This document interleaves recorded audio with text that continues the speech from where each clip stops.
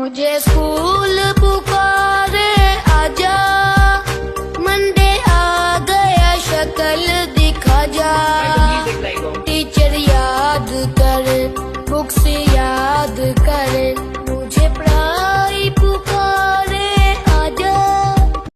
तो ये एक टीचर्स की बड़ी जिम्मेदारी होती है कि वो अपने बच्चों की अच्छी तरबियत करे, उनके अंदर इंसानी हमदर्दी पैदा करे और उसको ये बताए कि किस तरह उसको एक अच्छा शहरी बनना है, किस तरह उसको एक मुफीद इंसान बनना है और दूसरों के उसको काम आना है। ये आप अगर करेंगे तो ये मसला एक फ़र्द को तैयार करने का नहीं है, मैं यहाँ तक कहता हूँ कि चंद अफराद को तैयार करने का नहीं है, ये तो मुल्क की बहुत बड़ी सेवा है। जब हमारे इन इदारों से अच्छे जहन के लोग निकलेंगे, इंसान निकलेंगे, तो इस मुल्क में इंसानियत पनपेगी, इंसानियत और मानवता बढ़ेगी। आज हम देख रहे हैं, आप देख रहे हैं क्या सूरत हाल है, इंसानियत तो किस तरह बेदर्दी के साथ कुचला जा रहा है। तो उसका सबसे बड़ा सबब मैं ये समझता हूँ कि हमारे ये तालीमी जो इदारे हैं, ये कॉलेजेस हैं, यूनिवर्सिटियाँ हैं, कि यहाँ के टीचर्स, यहाँ के प्रोफेसर्स जो पढ़ाने वाले हैं, ये अपना रोल प्ले नहीं कर रहे हैं।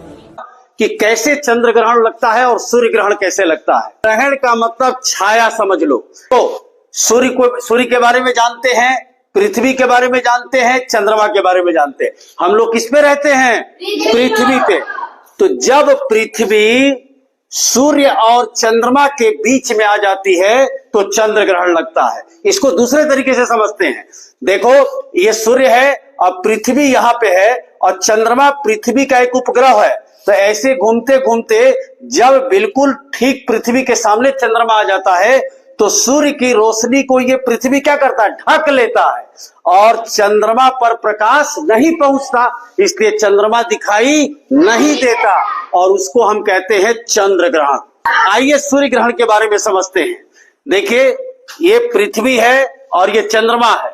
चंद्रमा पृथ्वी के चारों तरफ चक्कर लगाता है ना।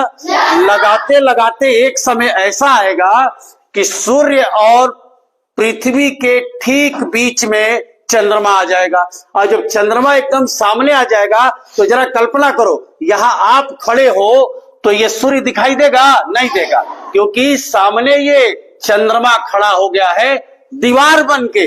इस वजह से सूर्य पर ये काली छाया दिखाई देती है, जिसे हम सूर्य ग्रहण कहते हैं। धन्यवाद।